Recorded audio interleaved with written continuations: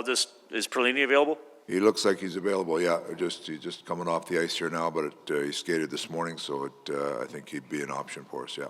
Okay, and Russell is in, like we expected? Russell is going to be in, yeah. Okay. I asked Connor about the practice to game ratio, and I know as a coach you like practices, but is this almost like, okay, like a 7 to... It's time to get some games, yeah. We need to get some rhythm with some games. That's, I think our players are anxious for it. We've been sitting around here for, seems like forever, and it's time to get into the rhythm of some games and get some, instead of using energy on each other, use it against the opponent.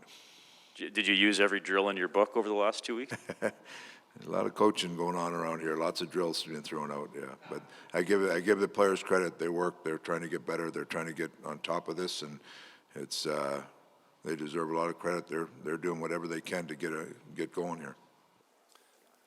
Dave, over here, what's the latest on Holloway? Has he gone to Bakersfield? He is. He was cleared, and I think he left for Bakersfield yesterday. Okay, good. So you'd be anxious for at least, you got to look after your own team, but it'd be nice if he actually got down and actually played some games there. He's a great kid. He's worked hard here. He's just every day comes to practice, and it's hard sometimes when you're skating alone, and for a long time couldn't handle a puck. So he skated and skated and skated, but it's great for him to get in some action. He really hasn't played in over a year now, so to get down there, get into a regular practice here for a little bit, get into some games down there is going to be great for him.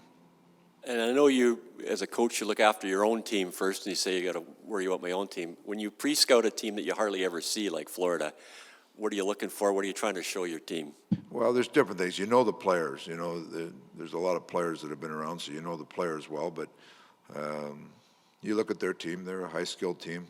They've kind of got it going here. They stumbled a little bit in Calgary, but they're a team that likes to make a lot of plays. But they're a good team.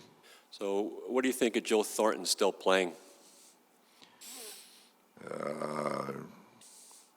Is he like a? He didn't play the last. He didn't play the last game I scouted, so not really on the okay. horizon. I just wonder. He looks like the kind of guy like he's a Yager or somebody. He's not really. Yeah, he's been a phenomenal player in the league. Phenomenal player and phenomenal character, from what I understand in the league. So, the league needs more players like that. Thank you. Hey, Dave. You guys have been working on a bunch of stuff, obviously, here recently in all your practices. What do you want to see in the beginning of the game from your team in order for you guys to get off to a good start? I want to see the start and the finish, all of it, not just the start. But we've got, you got to come out and play well, do little things right, make sure the details are in place and the work's in place, and see if we can get off to a good start and carry it through 60 minutes. Yesterday, you guys were working on the power play a little bit. I'm just curious, with Ryan Nugent-Hopkins out, have there been any adjustments you've had to make without him on that power play, and how has his absence affected the power play? Well, he's a really good player on it there for us, but Yamo's come in and done a pretty good job in the middle. There's a couple of adjustments just of some positioning that we've had to go through that, I think our power play has been fine. Nuge gives it another dimension that those three guys across the middle really control a lot of the play, but Yamo does a good job in that middle too. So it's we haven't got a lot of power plays lately, but the ones we've had, we were able to capitalize last game, and then on the 5-on-5 at the end of it, 5-on-3, we had lots of opportunities and didn't score. So we need that to be a good part of our game. Appreciate it. Hey, Dave. Over here. Yeah.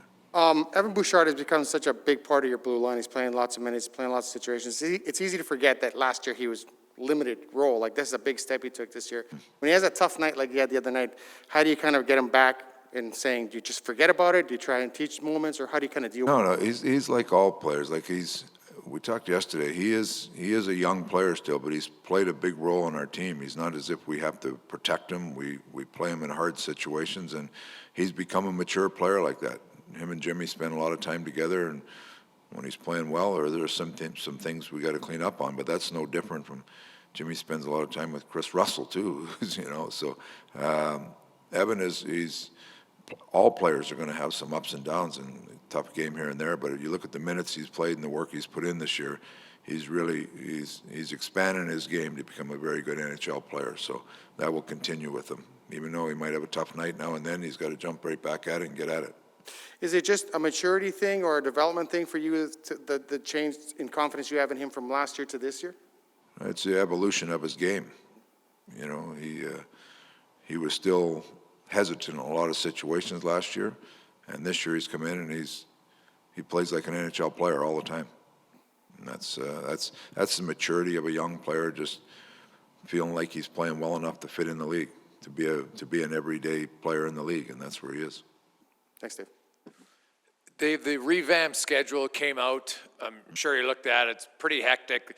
I think you only have like 7 times where you have 2 days between games and 1-3. So realistically, maybe 7 or 8 practices from February on. Yep.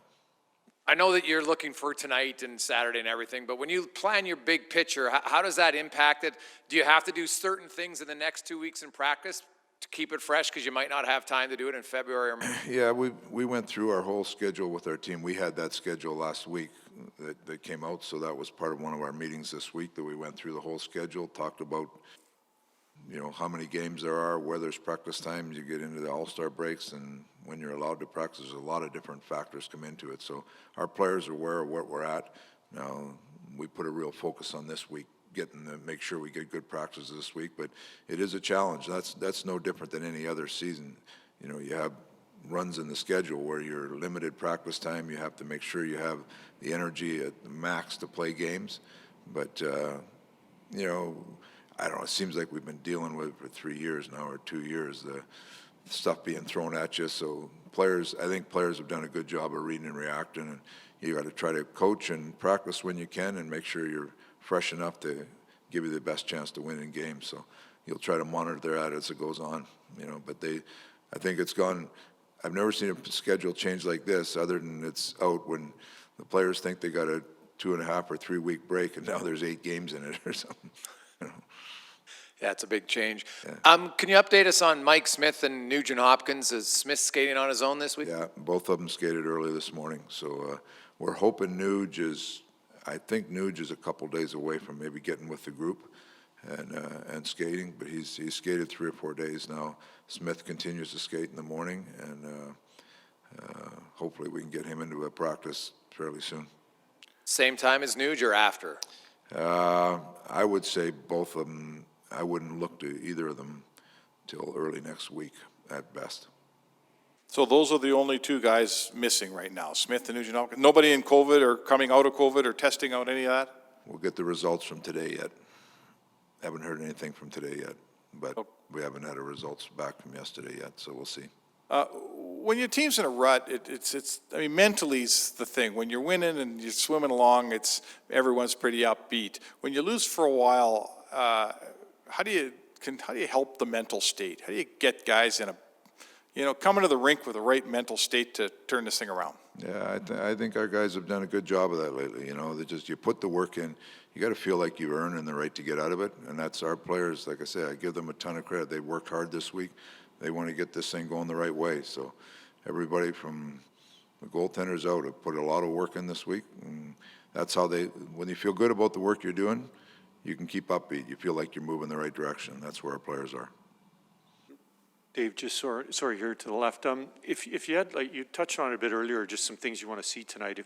I don't know if it's a checklist, but what would be 3 or 4 things you've practiced with and worked on so that you can try and put it into tonight's game? There's a couple structure things that we've hammered down on that I don't want to get into, but there's a couple of structure things defensively that we've really dug into. There's some